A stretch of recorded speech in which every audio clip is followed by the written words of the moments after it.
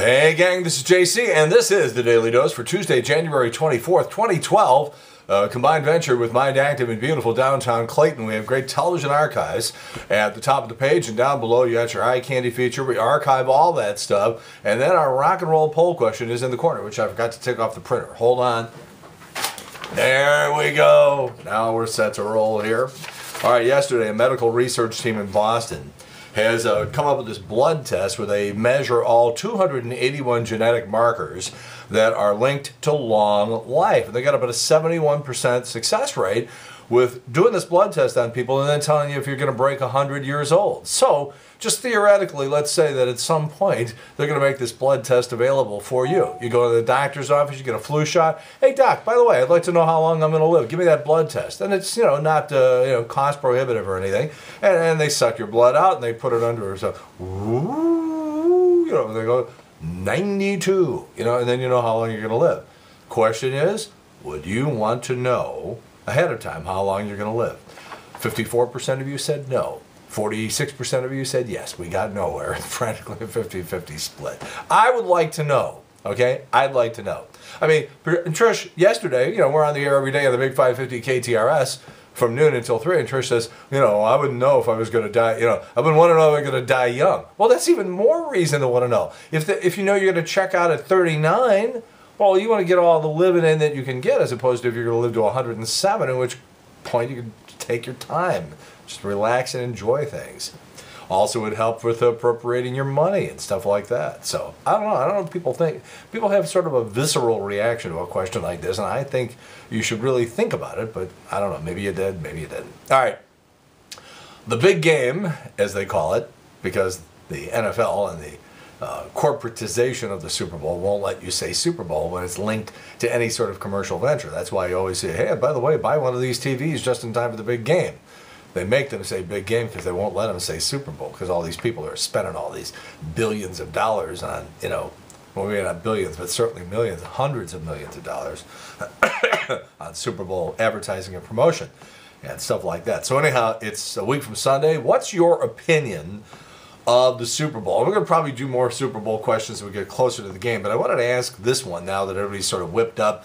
And now it's just starting to subside a little bit because, you got this 2 weeks of hype and everything like that. Anyhow, A, it's a terrific day for food, friends, and football and fun. B, I'll watch most or all of it, but I don't go out of my mind the way some people do. C, I watch some of it mostly for the commercials. D, I'm just not that interested. Or E, it's a ridiculous, grotesque display of overindulgence, gluttony, and hype. Yuck. That's answer E. Please answer in the corner, and we'll have results for you on tomorrow's edition of the Daily Dose right here at jcontheline.com. All right, Oscar nominations came out today, and I don't know, not a lot of surprises for me. Pretty much everything that I told you to see got a nomination. There were a couple of things in there. I got a couple of real big players. Obviously, Hugo leads with 11 nominations. Scorsese, you can't go wrong. The Artist, the movie, my favorite movie of the year, the one I've been trying to get everybody to see, and the one I've told you, got to get over this, this mental block that some of you have over seeing a black and white silent movie. It's wonderful. It's the reason we go to the movies, a movie like this. You get a movie like this once a generation. So go see The Artist, 10 nominations. The show is Sunday, February 26th. Meryl Streep hasn't won an Oscar in like 30 years. She got one today for The Iron Lady, her portrayal of Margaret Thatcher. Very good movie, I thought. A lot of people disagree with me. A couple of surprises. Everybody's surprise was incredibly loud, or extremely loud and incredibly close. It's just not that good of a movie. I'm sorry, but you got all those hundreds of film critics and people who have something to do one way or the other with the people who influence those who vote for the Oscars. And they're all in New York, and so here we go. So, of course, that movie's got to be in there. Like I said, I sat there for an hour and 45 minutes, and when you finally get the big payoff, an hour and 45 minutes into the movie, sorry, too little, too late, I just didn't care anymore. Melissa McCarthy for Bridesmaids. As you know, I don't believe that this is good as a movie, or good a movie as a lot of people are saying. I think very, very funny, some very funny scenes. But this movie goes haywire about 4/5 of the way in and forgets that it's a comedy, and all of a sudden gets really serious and dark, and it's like, hey, wait a minute, what movie are you making? Are you making this over-the-top, laugh-out-loud comedy, or all of a sudden, what, the movie's like really serious? What are you doing? You know, if you're going to do that, you have to really know what you're doing. You got to be like a Woody Allen making Annie Hall or something like that. But anyhow, you got that. Also, Brad Pitt. I was a little surprised. I was hoping that he would get it for Moneyball, and he did. The film or the actor I am happiest about, I have three down here. The artist, obviously, Jonah Hill for Moneyball. God, is he good in this? And I never would have guessed in 3,000 years that Jonah Hill had a performance like this in him. He's very, very good in it, and very happy to see Rooney Mara, the girl with the dragon tattoo, get in there. There's a lot of people thinking Leonardo DiCaprio got screwed. He may have. He was just in a bad movie. J. Edgar stinks, but he's great in it. So what do you do when that happens? And we found out today people didn't vote for him. And also, The Ides of March only got Best Screenplay nomination, which I think is, even that's being generous, I think. I just don't think it's that good a movie. This is a movie that has great performances, fabulous performances, but the script is so cynical and so icky that it makes you sort of like not like the movie. I walked out, my wife was like, I hated that movie. And it wasn't like she hated it because it was bad. She hated it because of its cynicism. It's bad enough that we know how bad, but we got the State of the Union address tonight. We know how bad things are. Okay, I can save you some time on the State of the Union address tonight, okay? It stinks. Anyhow, so there we go on that. Again, Sunday, February 26th is when you are going to be watching the Oscar ceremony. All right, American Idol, Britney, the Charlotte Bobcat NBA dancer, the body on this girl. I mean, you could tell when she showed up the other day for the audition, but now all of these dozens and dozens of pictures of her in swimsuits are surfacing, and my goodness gracious, it would be hard to find somebody with a better body than this girl. Her name is Britney, and it's going to be a big thing playing out on American Idol. What else we got? Oh, back to the Oscars for a minute. What would you say if I told you that if you watch Channel 4's CBS new news program with Charlie Rose and Gayle King and all those other people that are on it, let's say you were tuned in on 9/11, okay? And you didn't find out about the terrorist attacks until an hour after they happened. Well, guess what? That's exactly what's going to happen, because I figured out today that Channel 4 is running this new CBS network morning show on a 1-hour delay. So everybody else saw the Oscar nominations at about 7:38 St. Louis time, and Channel 4, you saw them at 8:38 because they're delaying the show by an hour. Nice job over there. Mitt Romney last night in the debate, I watched the whole thing, the entire, well, it was almost 2 hours by the time they were done with it. Mitt Romney, I'm sorry, he was stiffer than Elton John watching Stone Phillips come out of the shower. But it was still a good debate. I enjoyed it. Some people this morning are saying it wasn't that great. I don't know. I thought it was fabulous. If people are looking for, you know, flash and everything like that, you know, you're not going to find it, especially in a Republican debate. But last night, you know, just on the merit, on the substance, but, you know, it was like Santorum, who I don't care if he drives off a cliff, but Ron Paul, you know, he pushes these issues and he makes everybody think. You know, you're watching Ron Paul 2 months ago and you figure this guy's out of his mind. Then you watch him a month ago, and it's like, about half of what he says actually makes sense. Now you're watching, and you're like, you know what? About 80% of what this guy says makes a lot of sense. Unfortunately, it's the 20% that makes him a complete nut job. So, you know, get the idea that he didn't want us to have traffic signals, for God's sakes. All right, what do we got here? Last night, a Channel 5 news reporter was doing a live shot talking about the proposed tollway out there on Highway 70. And they zoomed in for 10 seconds on his palm where he had a nickel and a dime to show that it would cost 15 cents a mile. You know, because without that visual, him holding a nickel and a dime, the concept would have been unfathomable for us as home viewers.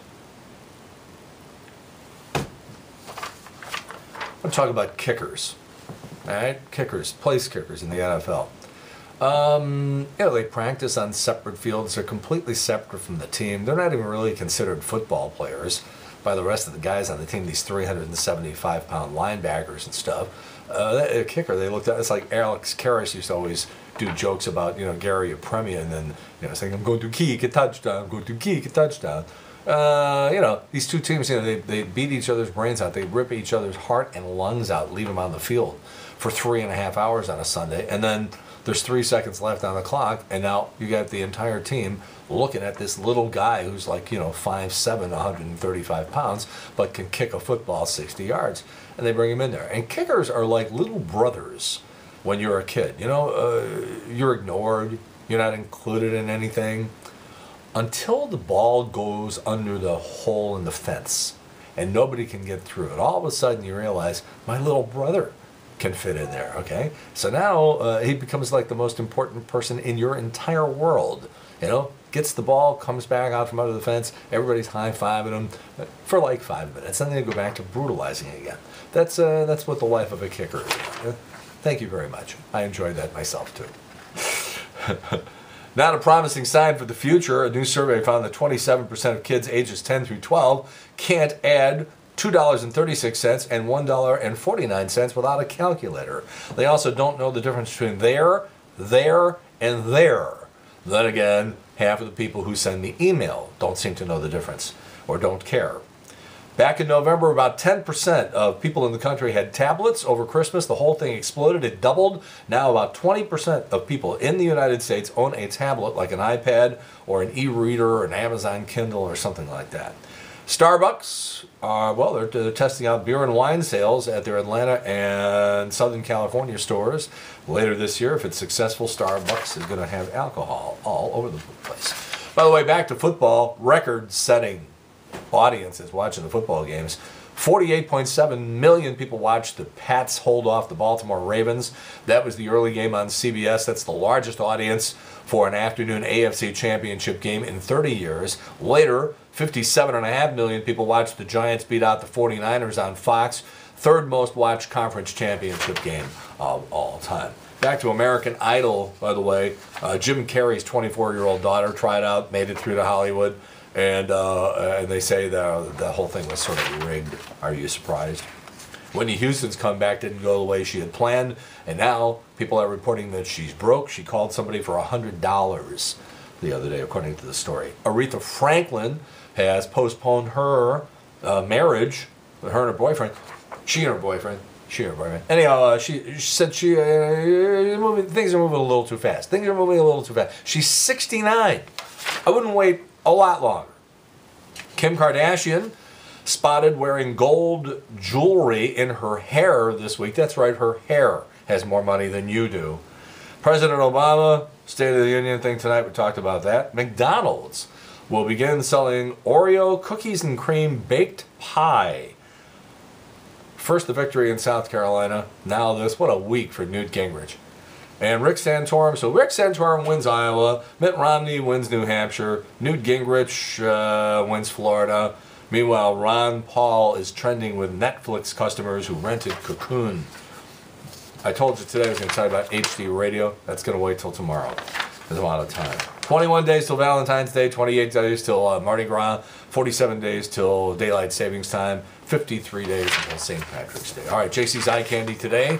We know from, when you marry the president of a company, Les Moonves, Julie Chen, host of The Talk, and Big Brother, she's also had a little work done. All right, she's had a lot of work done. You can see her picture before and after right below on JC's Eye Candy. And again, JC's Rock and Roll poll for today. What do you think about the Super Bowl? We're giving you 5 choices. Please let us know in the corner. We'll have results for you tomorrow. That's it. JC's Daily Dose for Tuesday, January 24th, 2012. A combined venture with Mind Active in beautiful downtown Clayton. We'll talk to you every day along with Trish Gazelle on the Big 550 KTRS from noon until 3. And in the meantime, we've beaten this one to death. Have a good one. See you later. Bye.